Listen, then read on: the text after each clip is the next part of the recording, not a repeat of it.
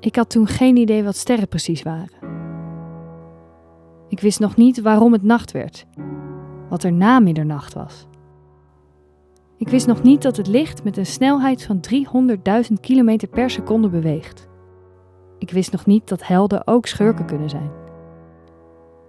Ik dacht dat verdriet net als water was.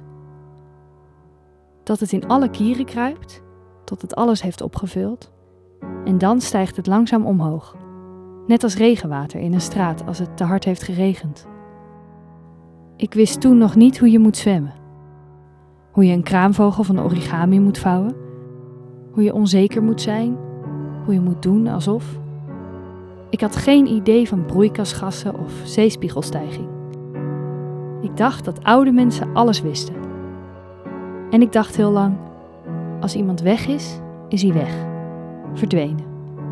En we kunnen dat wat weg is niet meer terughalen.